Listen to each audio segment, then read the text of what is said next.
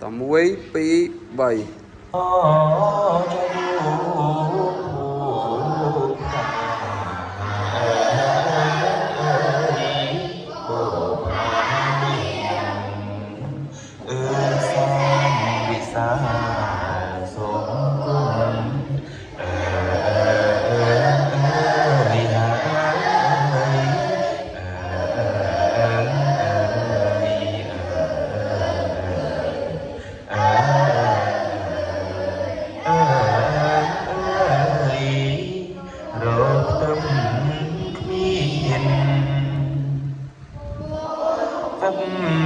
ជាជាតិឃ្លៀបធ្លាក់ហើយ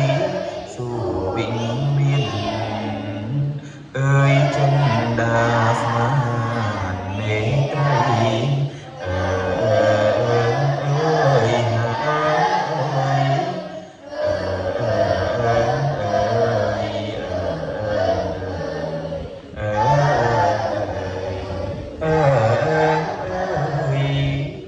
ដោយក្តីស្ម័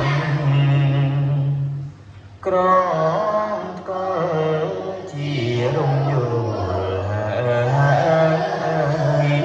ចូលសំយំរំដួលក្នុងក្រំជា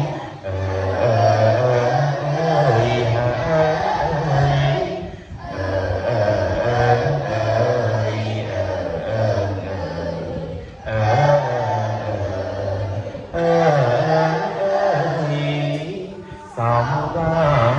ពាក់រនរីឆោមហើយវិល័យអាចទៀងទាំងចិត្តប្រង